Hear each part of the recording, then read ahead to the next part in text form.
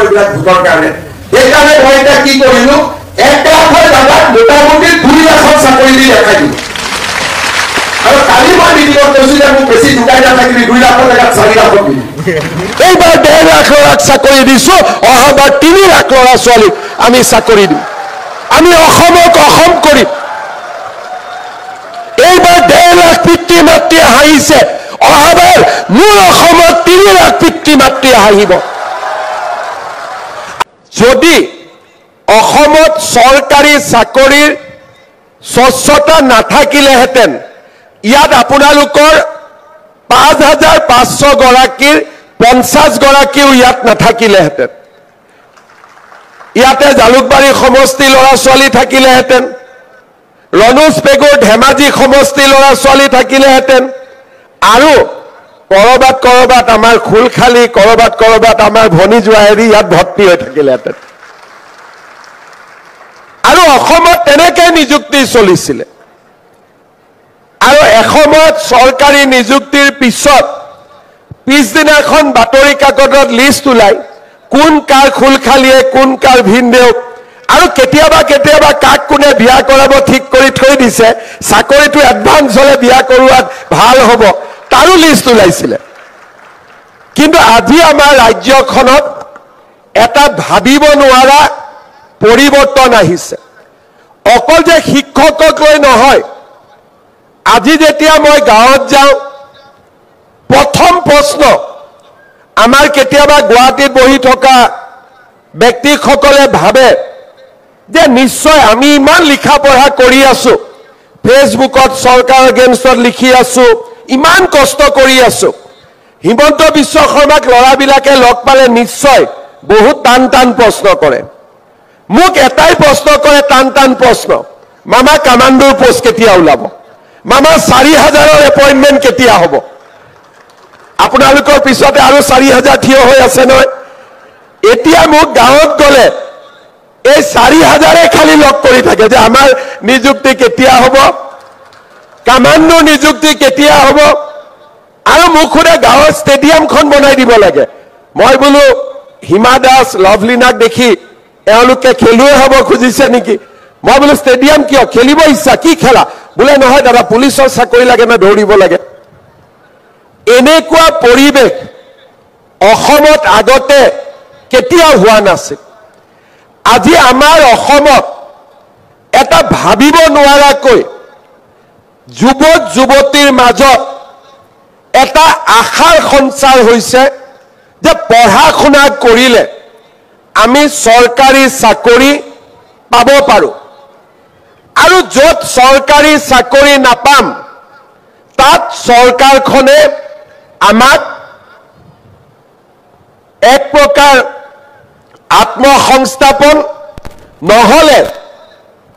বিভিন্ন প্ৰকাৰে আমাক নিযুক্তিৰ ব্যৱস্থা কৰিব আজি কেইদিনমান আগৰ পৰা এই বিষয়ে পেপাৰত লিখালিখিও হৈ আছে আমাৰ জাগিৰোডত সেমি কণ্ডাক্টৰৰ ইণ্ডাষ্ট্ৰি আহিছে দেশ বিদেশত থকা অসমীয়া ল'ৰা ছোৱালীবিলাকে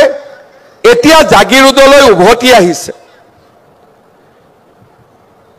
আজি আমাৰ ৰাজ্যখনত এটাৰ পিছত এটাকৈ উদ্যোগৰ পৰিৱেশ নিৰ্মাণ হৈছে নামৰূপৰ পৰা চাপৰলৈ মই কিয় কৈছো নামৰূপত আমাৰ ফাৰ্টিলাইজাৰ ইণ্ডাষ্ট্ৰি হ'ব নুমলীগড়ত ৰিফাইনেৰী জাগিৰোডত সেমি কণ্ডাক্টৰ চাপৰত থাৰ্মেল পাৱাৰ ক'ব গ'লে গোটেই অসমখনতে আজি উদ্যোগ স্থাপনৰ এটা নতুন পৰিৱেশ আৰম্ভ হৈছে আজি আমাক শিক্ষিত যুৱক যুৱতীৰ প্ৰয়োজন হৈছে আৰু শিক্ষিত যুৱক যুৱতী নিৰ্মাণ কৰিবৰ বাবে আমাক চৰকাৰী বিদ্যালয়ৰ প্ৰয়োজন আছে শিক্ষক শিক্ষয়িত্ৰীৰ প্ৰয়োজন আছে আৰু দৰিদ্ৰ আৰু মধ্যবিত্তজনৰ মাজত আশাৰ সঞ্চাৰ কৰিবলৈ আমি এটা সুস্থিৰ শিক্ষা ব্যৱস্থা নিৰ্মাণ কৰাৰ প্ৰয়োজনীয়তা আছে। আজি যদি আপোনালোকে অসমত চাই প্ৰত্যেকখন গাঁৱতে একোখন চৰকাৰী বিদ্যালয়ক উন্নত বিদ্যালয়লৈ ৰূপান্তৰ কৰাৰ নতুন এটা নিৰ্মাণ আৰু পৰিৱৰ্তনৰ ছবি আপোনালোকৰ সন্মুখত আহিব। 8 কোটি টকাৰে হাইস্কুলবিলাক নতুনকৈ নিৰ্মাণ কৰাৰ চেষ্টা কৰা হৈছে। চাহ বাগিচাৰ ভিতৰলৈ গৈ হাইস্কুল নিৰ্মাণ কৰা হৈছে আৰু দূৰ দূৰণিৰ অঞ্চললৈ গৈ মহিলাৰ বাবে কলেজ আৰু উচ্চ শিক্ষাৰ বাবে বিশ্ববিদ্যালয় নিৰ্মাণৰ এক ভাবিব নোৱাৰা আন্দোলন আৰম্ভ হৈছে। যোৱাকালি মাত্ৰ আমি গহপুৰত শ্বহীদ কনকলতা বৰুৱা বিশ্ববিদ্যালয়ৰ আধাৰশিলা স্থাপন কৰিছোঁ আৰু আমাৰ চৰকাৰৰ দিনত চাওঁতে চাওঁতে আমি অসমত 16খন নতুন বিশ্ববিদ্যালয়ৰ স্থাপনত আমি আমাৰ অগ্ৰণী ভূমিকা আমি গ্ৰহণ কৰিছোঁ। মহাবিদ্যালয়সমূহত নিযুক্তি বাঢ়িছে, মহাবিদ্যালয়ৰ সংখ্যা বাঢ়িছে, হাইস্কুল হায়াৰ ছেকেণ্ডাৰী নিৰ্মাণ হৈছে, নতুন নতুন পোষ্ট ক্ৰিয়েট কৰা হৈছে আৰু প্ৰাথমিক বিদ্যালয়সমূহকো শক্তিশালী কৰাৰ প্ৰচেষ্টা হাতত লোৱা হৈছে। আজিৰ দিনটোত আমি ৩,৮০০ গৰাকী নিম্ন প্ৰাথমিক শিক্ষক, ১,৭৫০ গৰাকী উচ্চ প্ৰাথমিক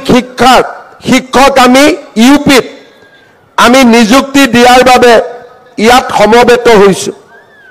আমাৰ অসমত যোৱাটো দশকত বিশেষকৈ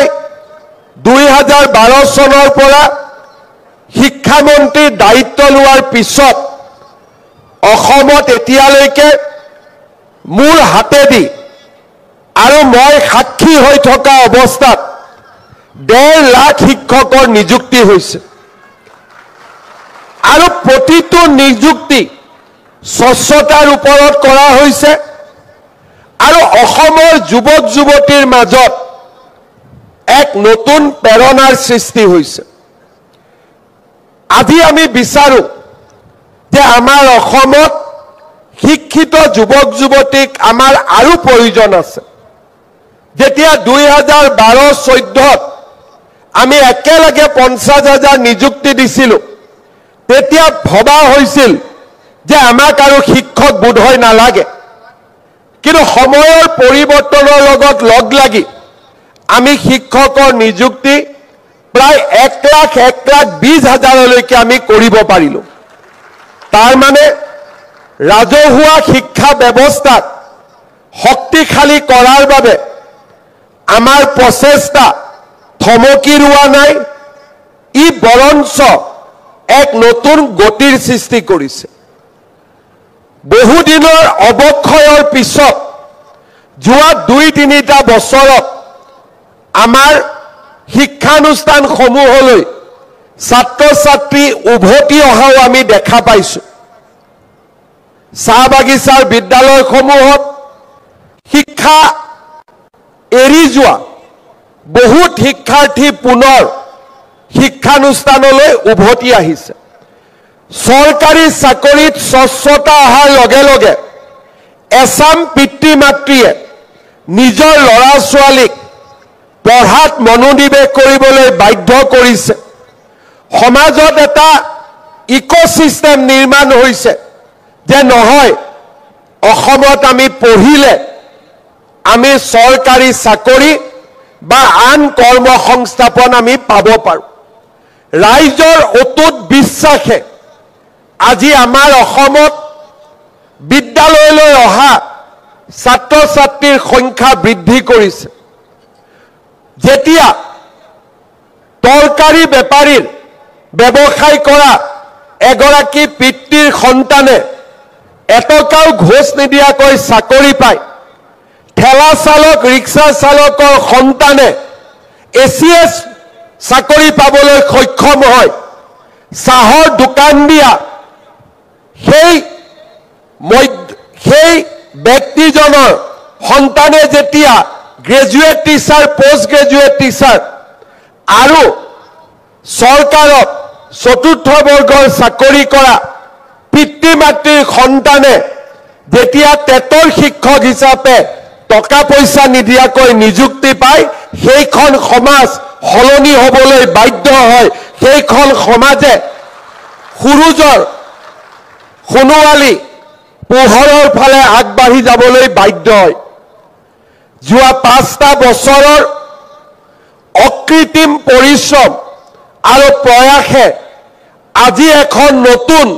সমাজ নিৰ্মাণ কৰিছে মই